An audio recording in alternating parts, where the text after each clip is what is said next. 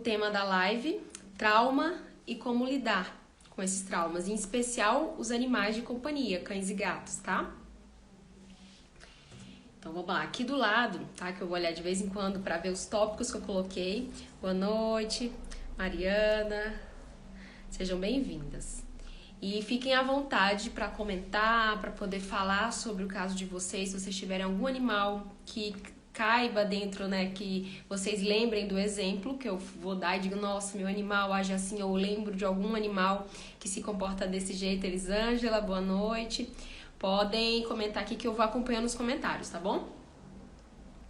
Então, assim, eu vou passar pelos tópicos para vocês verem o que eu pretendo falar nessa live, tá bom? A definição de trauma, o que é trauma, e o trauma, gente, que eu trago aqui é o trauma psicológico, tá? O trauma que acontece a nível mental e emocional com os animais. Não é o trauma físico, tá? O trauma físico que eu digo assim, algum acidente físico, né? Um acidente, o animal foi atropelado, o animal ele se machucou. A live não é específica para esse tipo de trauma, e sim emocional e psicológico, tá? Então a definição do trauma psicológico, as causas do trauma, como que a gente identifica um animal que ele tá com trauma psicológico, emocional, quais são esses sinais. Oi, Gleidson, boa noite, seja bem-vindo. Sempre muito bom te ver por aqui.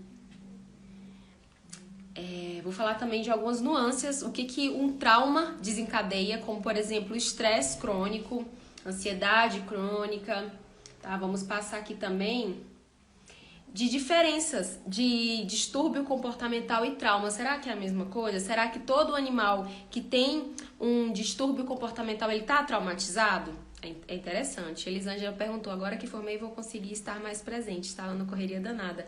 Ai, que bom, Elisângela, fico feliz. E parabéns pela tua formatura, eu acompanhei, viu? Vi as fotos, fiquei muito feliz, de verdade.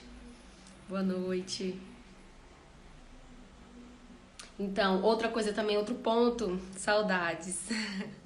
Outro ponto que eu vou falar também, oi, Moa. Outro ponto que eu vou falar é sobre a questão do adestramento. Muitas pessoas me relatam que, comecei a adestrar meu animal, só que não deu jeito. Passei, inclusive, por vários adestradores ou comportamentalistas e meu animal, ele não conseguiu desenvolver. E muito assim, do ponto que fez com que o animal não desenvolvesse foi porque não foi cuidado o emocional desse animal e também a parte mental. Os dois. Foi, digamos que, negligenciado. A gente sabe que existe, o animal, por exemplo, está muito ansioso, só que a gente insiste em condicioná-lo, mesmo ele estando muitas vezes num grau de ansiedade crônica. Eu gosto muito de fazer um paralelo com a gente. Por exemplo, quando a gente está muito mal, sejam bem-vindos todos, que bom vocês chegando aqui, Letícia. Aí o paralelo que eu gosto de fazer é, nós mesmos humanos, quando estamos extremamente ansiosos, a gente consegue focar em algo novo, consegue focar no nosso trabalho de uma forma assim, com qualidade. Muitas vezes não, muitas vezes a gente pode até focar, pode até fazer, só que com muita dificuldade e nem todo o trabalho completo. Às vezes diz, nossa, terminou o dia, eu não consegui finalizar metade do que eu estava planejando. Por quê? Por conta da ansiedade crônica, por conta da falta, que isso leva a uma falta de foco, uma falta de empenho. Com os animais, quando eles vão para o adestramento ou para um comportamentalista que fica demandando que eles façam determinada coisa, que eles aprendam novas habilidades, que eles aprendam novos condicionamentos, como que o animal que está extremamente estressado, estresse crônico acontece com eles, está com muita ansiedade, muitas vezes uma ansiedade crônica. E o que é crônico, né? Deixa eu só finalizar essa parte aqui dessa questão dos treinamentos, né? Então, como que a gente demanda e exige que o animal ele se comporte de uma forma exemplar, rápida, porque às vezes a gente quer um comportamento ali rápido, né? Se ele tá com problema emocional e mental, não tem como a gente exigir algo desse animal, inclusive novos hábitos, se ele não vai conseguir focar, ele não vai conseguir ter novos aprendizados se o sistema neurológico dele, que demanda novos aprendizados, ele que estimula, não tem a neuroplasticidade neural, que é o que? Justamente a possibilidade dos neurônios fazerem novas conexões e assim, consequentemente, aprender coisas novas. Os animais que eles estão estressados, ansiosos, eles não conseguem fazer isso.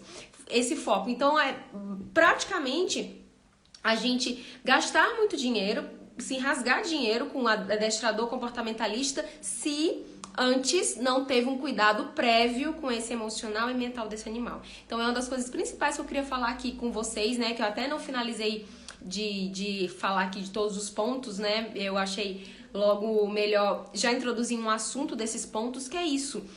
Vai adestrar, mas se teu animal demonstra comportamentos de ansiedade, algum trauma específico, ou estresse crônico mesmo, cuida disso antes de colocar ele para aprender alguma coisa nova.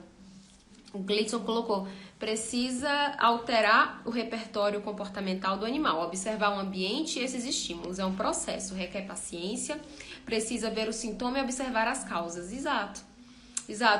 Por isso que eu disse também que às vezes a gente chega querendo que o animal faça o que a gente quer. Não, eu quero que ele aprenda, por exemplo, a fazer xixi no lugar certo, um exemplo. Eu quero que ele aprenda a fazer xixi no lugar certo, ok. Mas como que tá esse emocional dele? Como é que esse animal, ele é muito novo, que também tem isso, gente. Às vezes a gente demanda muito de um animalzinho filhote.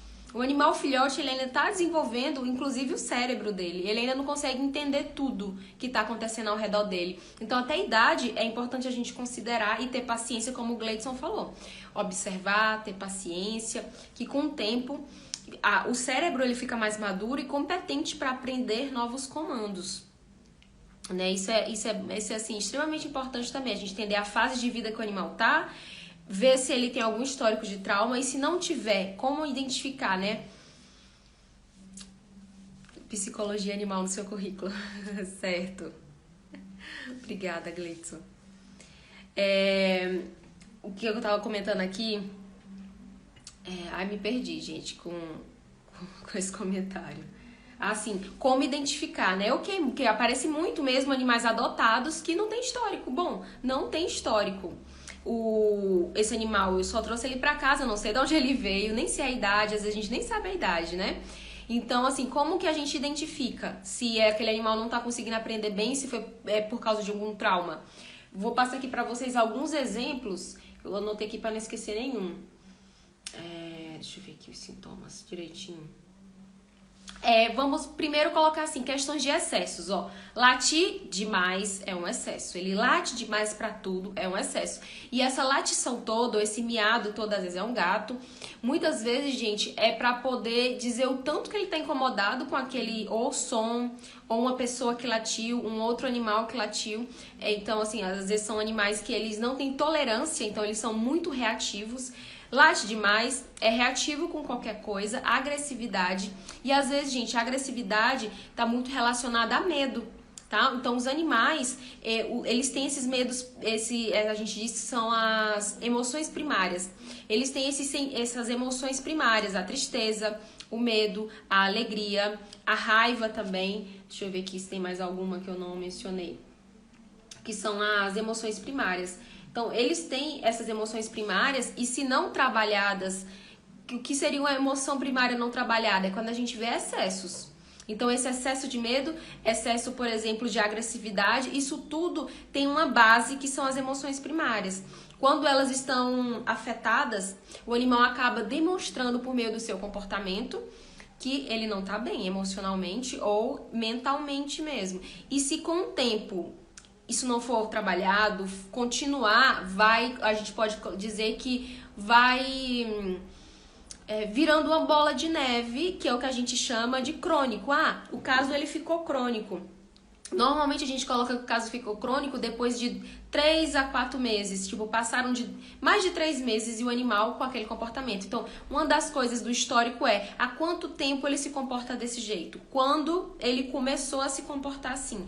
Eu não sei, mas eu adotei, ele trouxe pra minha casa faz, sei lá, 3 meses. A gente já pode dizer que é um caso tá crônico.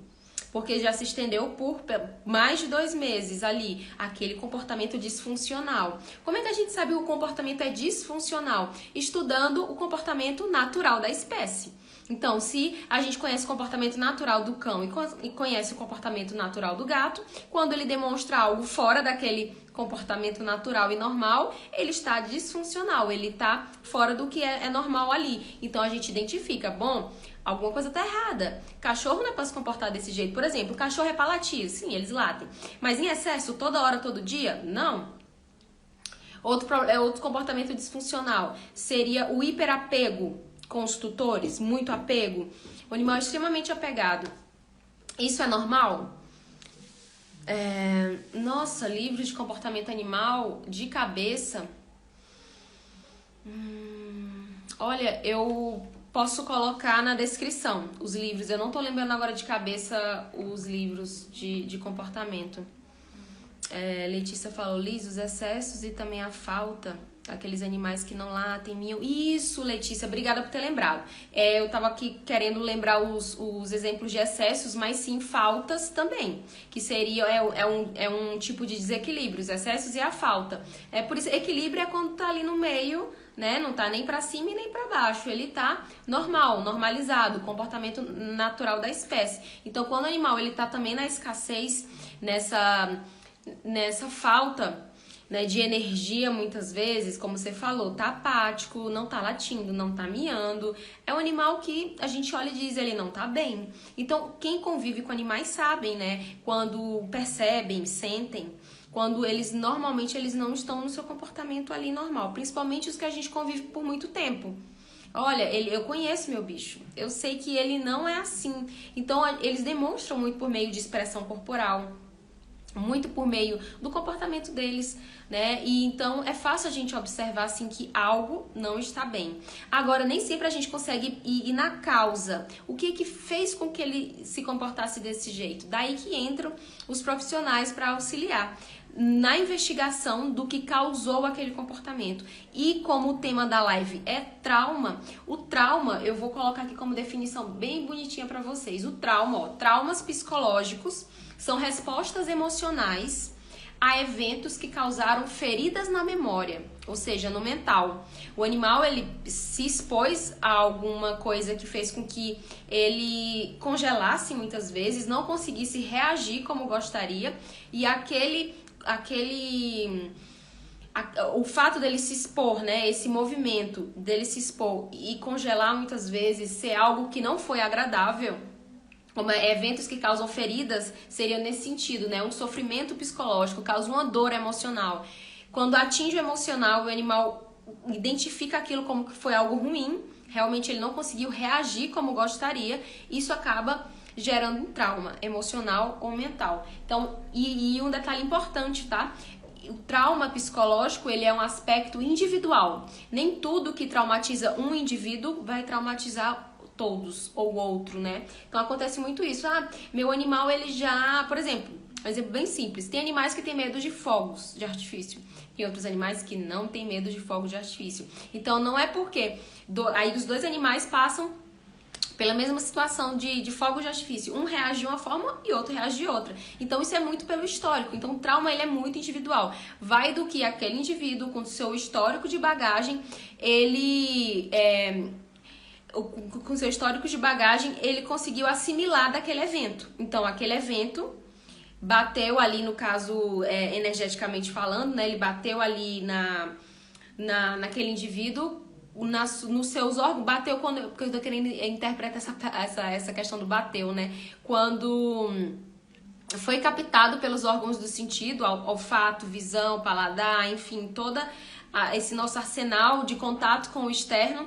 Então, quando foi exposto àquele evento, o animal, ele pode reagir de acordo com sua bagagem emocional. Isso pode vir, gente, é porque é tão amplo isso, pode vir até, pra vocês terem ideia, de memórias uterinas da mãe, de como foi a gestação daquela cadela ou daquela gatinha, né?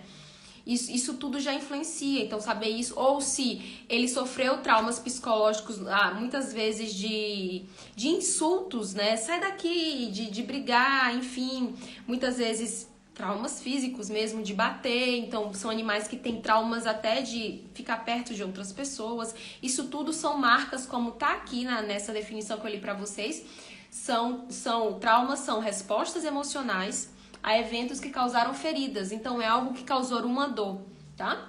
Que fica marcado e registrado no corpo muitas vezes. Alguns exemplos. O que pode causar trauma? Abandono, viver em cativeiro, e eu vou falar um pouquinho sobre essa questão de viver em cativeiro, experiências de maus tratos físicos e verbais, estresse crônico, E é basicamente isso: abandono, viver em cativeiro, experiências de maus tratos físicos e verbais e estresse crônico. Basicamente são esses os eventos que podem causar traumas nos animais, tá? Nossos animais domésticos, inclusive essa questão do cativeiro, de viver em cativeiro, os nossos animais domésticos, eles praticamente, principalmente os que vivem clausurados no apartamento, eles vivem em cativeiro. Aí o que a gente faz para que eles vivam em cativeiro, só que da melhor forma possível, enriquecendo o ambiente. Por isso que existem muitos enriquecimentos ambientais. O que é viver em cativeiro, né? É ficar num metro quadrado onde não se sai. Isso acontece muito com gato, né? Cachorro nem tanto, porque cachorro tem mais o hábito da gente sair com eles pra rua, mas logo em seguida na coleira e logo em seguida volta pra casa. Nem sempre tem contato com a natureza, nem sempre eles podem correr soltos, cavar, socializar com membros da mesma espécie.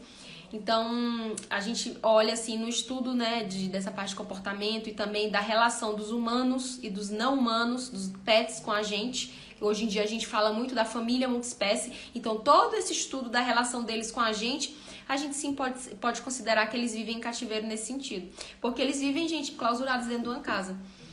É muito difícil ter um animal que vive solto, a não ser que viva numa casa, num sítio, tenha um livre acesso ali, pelo menos numa área bem maior, né, do que um apartamento ou uma casa. Então, por que eu tô falando disso? Porque as necessidades naturais deles muitas vezes não são atendidas quando enclausurados dentro de uma casa.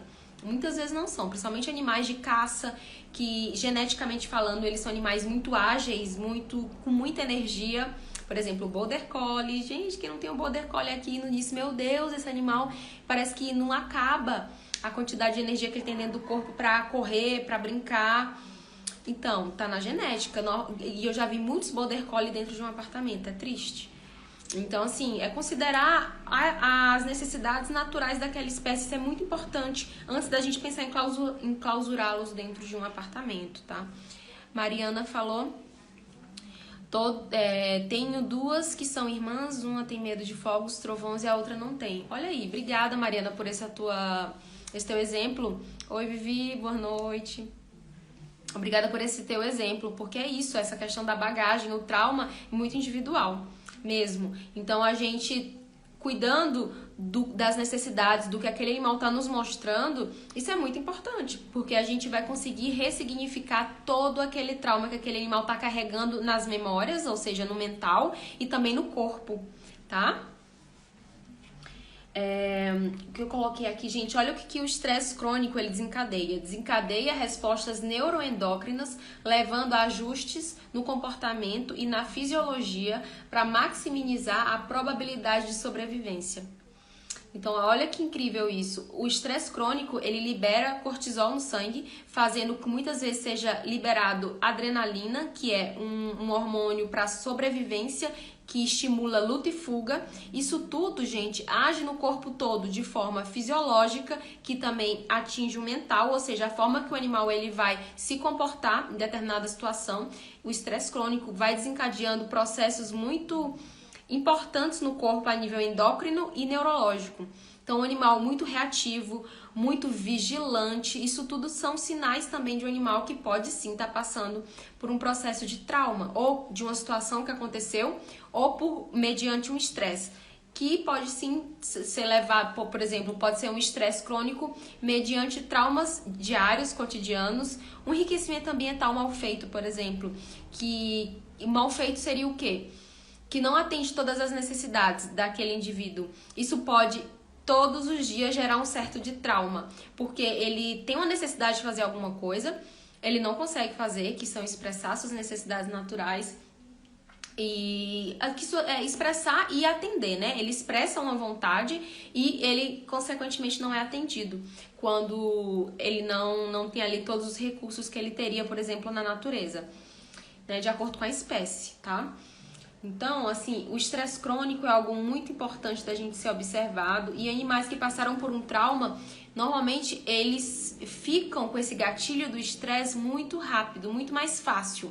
Então, às vezes a gente identifica o animal, nossa, meu animal é muito estressado. Pode ser que ele tenha passado por processo de trauma, que ele não ressignificou, que não foi trabalhado, e isso acaba virando uma bola de neve e ele não consegue viver, inclusive, uma vida saudável dali pra frente, porque o emocional e o mental não foi acolhido, Entendem? Então, às vezes, a gente não consegue realmente saber a história, o que aconteceu para esse animal ficar traumatizado. Mas os sinais clínicos e de comportamento que ele vai demonstrando nos deixa ali bem claro que ele precisa de cuidados, tá? A nível emocional e mental. Porque se desencadear para algo crônico, pode atingir o físico, como eu falei para vocês, fazendo com que estimule processos fisiológicos e neurológicos para que o animal ele fique em vigília o tempo inteiro, dizendo, meu Deus, eu preciso sempre estar em vigília porque pode acontecer aquilo que aconteceu comigo. Então eles ficam sempre revivendo aquilo ali, né, aquele episódio que para ele foi traumático, que foi um evento que causou dor, que teve uma ferida emocional.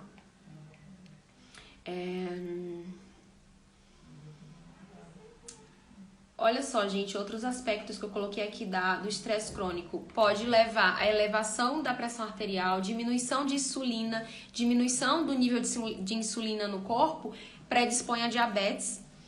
No estômago ocorre diminuição da barreira de muco, então o animal começa a vomitar muito, aquele estômago fica irritado.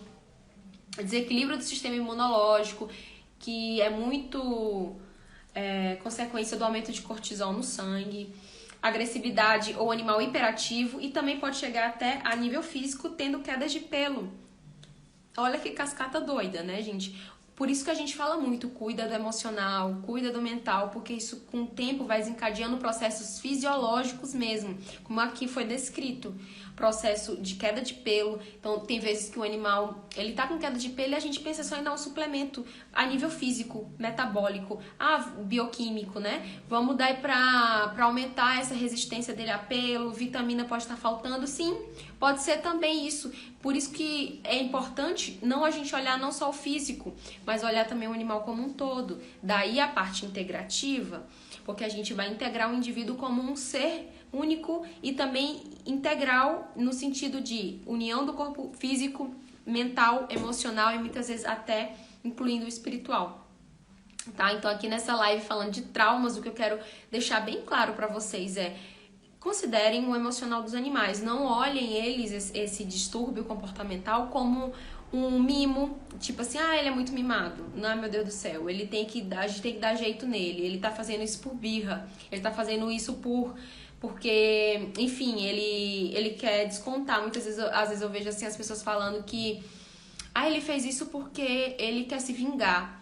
Ele quer, enfim, como se fosse realmente, gente, uma birra, algo que o animal, ele tem consciência que pode fazer diferente e não pode. Isso pode até acontecer, do animal ele perceber assim, se eu fizer isso aqui, eu vou ganhar determinada coisa. Se comportar de uma forma para ter uma recompensa. O animal ele pode até pensar nisso, dessa forma, assim, né? Fazer essa correlação. Mas se aquele animal ele tiver com um problema emocional, o que seria esse problema, gente? Não foi digerido e não foi assimilado de uma forma saudável quando veio aquela emoção expressada, como um medo, por exemplo, ou uma tristeza. Não conseguiu assimilar aquilo muito bem, ficou marcado, não teve um acolhimento de ninguém ali. Aí sim, esse animal ele fica machucado e não consegue no dia a dia evoluir como a gente espera. Aí a gente diz, meu Deus, como é que esse animal tá fazendo isso? Ele não aprende, ele é teimoso, ou se não, ao contrário. Ele é muito acuado, ele é muito triste, ele é muito aquilo. Bora, levanta, vamos passear e não sei o quê. E fica tentando só colocar um estímulo externo um estímulo mesmo, né, pra ver se motiva. Pronto, motivações externas o tempo inteiro. Só que se a gente não olhar pro emocional dele, do que ele tá sentindo, como que ele tá, quais as necessidades daquele animal, será que estão sendo atendidas? A gente não aprofundar um pouco nisso, a gente acaba enxugando gelo. Não sai do lugar. Sinceramente, não sai do lugar. Então é muito importante a gente considerar o histórico, a individualidade dele e também as necessidades naturais da espécie, tá?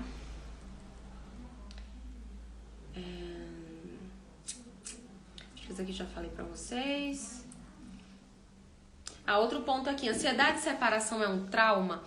Gente, na verdade, ansiedade de separação, ela tá mais relacionada à forma que foi construída a relação daquela pessoa com o animal que ela adotou, do que necessariamente um trauma. Às vezes o animal chega super saudável e com o tempo o tutor relata: ah, mas meu animal, depois que estava aqui há uns 5 meses, ele ficou extremamente apegado a mim, minha sombra. Onde eu vou, ele vai, eu não posso sair de casa que ele chora, chora, chora. E assim que ele chegou, ele não era assim. Ou seja, foi uma coisa que foi sendo construída. Isso eu tô dando um exemplo, tá? Que na maioria das vezes é dessa forma. É algo que foi construído e o animal ficou com hipervínculo. A gente até, se vocês quiserem procurar estudar um pouquinho mais sobre essa questão da ansiedade de separação, a gente encontra muito essa expressão, hipervínculo. Criou um hipervínculo e acaba que o animal ele não consegue ver prazer sem a tua presença, sem estar ali do teu lado.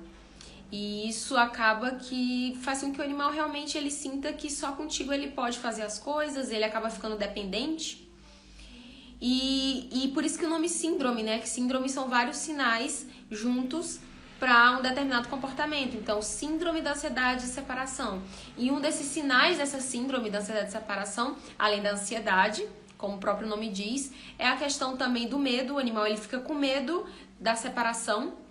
Muitas vezes também ele sente uma tristeza, então a gente também identifica essa questão da tristeza, do choro, da vocalização, isso tudo são sinais. Então o animal ele emocionalmente ele sofre, porque ele fica muito triste, esse apego excessivo ele deixa o animal ali em sofrimento. Então, cuidar dessa parte. Por que eu tô falando da síndrome da ansiedade de separação?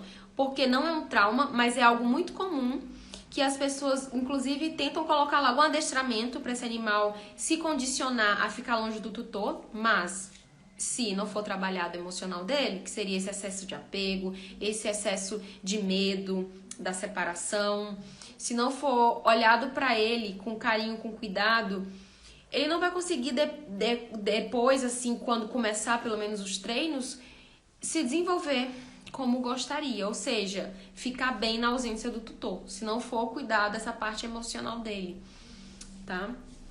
Ah, mas a síndrome da ansiedade de separação, muitos animais já chegam assim. Sim, chegam. Muitas vezes por quê? Porque foram abandonados, por exemplo. Então, eles já chegam com esse trauma do abandono. E acaba que se você passa muito tempo com ele e de repente sai, por exemplo, muitas vezes as pessoas ficaram em home office, né, nessa pandemia, e saem, quando sai para trabalhar, o animal não estava acostumado com isso, junta com o trauma que ele já teve, então ficam duas memórias que uma fica sobressaindo a outra, sabe? Então, às vezes, o caso é até mais complexo, porque tem trauma, tem hipervínculo que foi construído durante a pandemia, por exemplo, e assim, gente, é um processo. Então, eu tô contando isso tudo pra vocês para mostrar também que é um processo. Cuidar de traumas não é algo simples. Ah, qual remédio que eu dou? Ou, qual floral que eu dou? Quantas sessões de reiki a gente faz? Né, que a gente vai falar aqui da terapêutica também. E eu identificando todos esses sintomas, vendo que meu animal é um animal traumatizado, como que eu trato isso? A gente trata com terapias energéticas, florais são muito bem-vindos e muito indicados para diversos tipos de trauma. Reiki como uma terapia energética para equilíbrio desse sistema como um todo. O reiki ele atua muito a nível emocional e mental, mas com o tempo ele vai se expandindo a nível físico também, contribuindo também para a parte de imunidade dos animais, tá? Além dessas terapias, como o reiki, o floral, a gente também pode utilizar fitoterapia, que ajuda demais no controle também a nível emocional dos animais.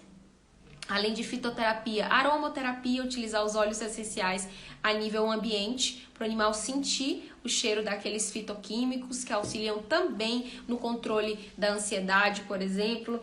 E assim a gente vai cuidando desse animal para que ele se sinta mais calmo fisiologicamente também com esses processos utilizados de fitoterapia, aromaterapia. Energeticamente ele vai sendo regulado e unindo forças com o tempo e com uma frequência adequada também. Não é utilizar uma vez e depois não utilizar mais, precisa ter uma constância.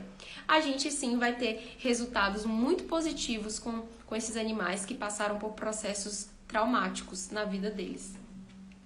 Vocês, quando tem vários traumas e problemas juntos, é avaliar o caso.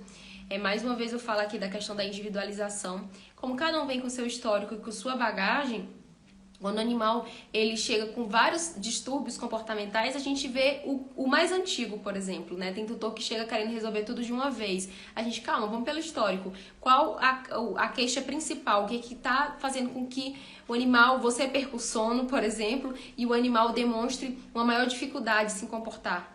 Então, a partir daí, a gente começa e aos poucos vai abrangendo todo o problema, né? Que às vezes não é só um.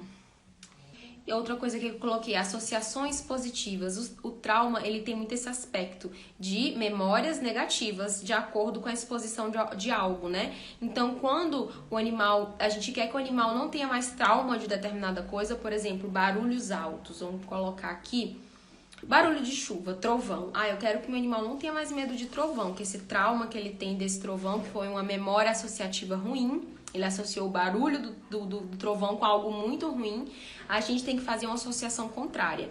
Então, a gente chama isso muito de dessensibilização. A gente vai dessensibilizar esse animal para aquele evento. Como é que faz essa dessensibilização? É fazer um reforço positivo, não necessariamente com comida, mas comida normalmente é a recompensa mais utilizada. Comida todo animal quer, né? Então, a gente utiliza muitos reforços positivos com comida, mas a gente pode utilizar reforços positivos também com carinho, com nossa presença, com nosso acolhimento. Então, tá chovendo, vocês podem chegar mais perto dele assim, conversar um pouquinho, dizer, olha, tá tudo bem. Aí vocês podem colocar uma música tranquila, calma, para ele começar a associar trovão, chuva com coisas positivas, com coisas boas. E não mais com aquela memória de uma associação bem ruim. Tá? Então, o carinho, o afeto e expor aquele animal ao mesmo processo, né? No caso, ao mesmo barulho, ao mesmo evento, de uma forma positiva, para ele poder entender que o que ele passou, começar a associar, na verdade, o que ele passou como algo muitas vezes isolado também, que não é uma regra, se eu passar por isso vai ser bem ruim, né? Para ele não pegar isso como uma regra também. O que eu já vi de comportamentalistas falando é que essa dessensibilização pode ser feita aos poucos. Você expõe o animal àquele evento que o traumatiza, que ele demonstra que o traumatiza, em pequenas doses. Um pouquinho hoje, amanhã mais um pouquinho. Barulhos altos, por exemplo, pode ser indicado começar com um volume bem baixinho, de um som de trovão, por exemplo, e bem baixinho. Aí ele já fica alerta. Meu Deus, isso é ruim. Aí você já bonifica ele com comida ou com carinho, como eu disse pra vocês, um acolhimento, algo diferente e positivo pra ele, né? É importante que a gente saiba o que aquele animal gosta. Então, o reforço positivo também é individual. O que aquele animal gosta? Não adianta a gente forçar, por exemplo, eu vou pegar ele no braço porque eu adoro pegar ele no braço. Na verdade, isso é um reforço positivo pra você, né? Talvez se pra ele, principalmente pra gato, não seria bem interessante esse reforço positivo não, de ficar pegando no colo. Às vezes isso até deixa o animal mais excitado de uma forma negativa. Tá? Então, reforços positivos são importantes e deixar o animal se desenvolver com o tempo dele, no tempo dele. Por isso que é tão individual também, não tem como a gente dizer, daqui a 2 meses esse animal tá curado desse trauma. Não tem como a gente definir quantos meses o animal vai estar curado. Infelizmente, isso é muito individual. Que eu já vi algumas pessoas me relatando assim, não pode chegar perto de homem, não pode chegar perto de outro animal, que ele tem muito medo, corre, enfim. Isso não é, gente, necessariamente um trauma também. Então, essa live eu queria mostrar pra vocês que nem tudo é trauma. Às vezes é só uma má socialização que foi feita na infância. Então, tem animais que eles não foram socializados na infância. Isso aconteceu muito, mas muito mesmo no período de pandemia. As pessoas adotaram animaizinhos novos, cachorros, gatos novos, e não socializou esses animais. Simplesmente não foram socializados, porque não podia passear, não podia sair, não podiam ver outros animais, assim, pelo menos numa quantidade consideravelmente boa, que no período, na janela de socialização, que vai até no máximo 3 meses, até os 3 meses de vida desse animal, é importante que ele conviva, gente, com mais de 100 pessoas, mais de 100 animais. Quanto mais animais e pessoas esse animal conviver, melhor para a socialização, melhor para que ele consiga ter um repertório de contato, inclusive de voz de homem, voz de criança, barba, eles também conseguem, eles são visuais, os animais também, né? Então eles conseguem identificar, às vezes, pessoas muito grandes, né, ou musculosas, ou realmente que estão em sobrepeso, enfim. Às vezes o animal, ele nunca viu uma pessoa muito grande, alta, às vezes ele pode ter medo, que às vezes algumas pessoas falam assim, tem medo de homem. Às vezes é porque nunca socializou, ou não teve um repertório muito grande de socialização com homens, pessoas altas, crianças. É muito importante essa socialização, porque senão realmente o animal vai ficar com medo, com receio de algo que ele não viu, que ele não entrou em contato quando ele era criança. Tá? Com isso, acaba que esse animal ele desenvolve certos medos, e esses medos, eles não são necessariamente traumas, é isso que eu queria falar pra vocês. Eu vou finalizar, porque a parte que eu queria realmente focar com vocês, acredito que eu já falei tudo aqui, que é a parte da importância da gente olhar e não negligenciar o emocional, o mental, que isso desencadeia processos fisiológicos importantes, neurológicos, que vai causar muitas vezes doenças também, se isso se estender a nível crônico. Oi, Paola. Já tô finalizando a live hoje, que é mais curtinha, que eu consegui passar por todas as partes que eu queria aqui pra vocês, mostrar que nem tudo é trauma, muitas vezes pode ser sim processos de socialização que não foram feitas da melhor forma, ou um enriquecimento ambiental não adequado para aquela espécie, tá faltando alguma coisa para as necessidades daquele animal serem atendidas, e eles acabam sinalizando mesmo com comportamentos disfuncionais que eles estão precisando de alguma coisa. Tá? Então, trauma, no final das contas, a gente pode olhar como algo bem individual e que foi algo que aconteceu no passado. Certo, Paola? Algo que aconteceu no passado.